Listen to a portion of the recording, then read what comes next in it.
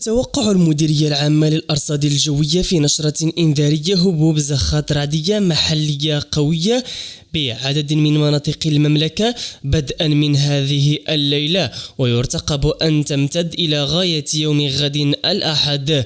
وأفادت مديرية الأرصاد الجوية في نشرة إنذارية من مستوى برتقالي أن الأمطار القوية تهم كل من أوسرد ووادي الذهب وبجدور والسمارة، حيث ستتراوح التساقطات المطرية ما بين 20 و 40 ملم، وذلك ابتداء من هذه الليلة إلى غاية الساعة 5 صباحا من يوم الأحد. وفي هذا الصدد يرتقب أن يشهد الأسبوع القادم سلسلة من الاضطرابات الجوية والسحب وتشكل عواصف رعدية مرفوقة بتساقطات مطرية، حيث ستتمركز على مرتفعات الحوز ومناطق الأطلسين الصغير والكبير والمتوسط، واحتمال أن تصل هذه العواصف الرعدية إلى مناطق سوس.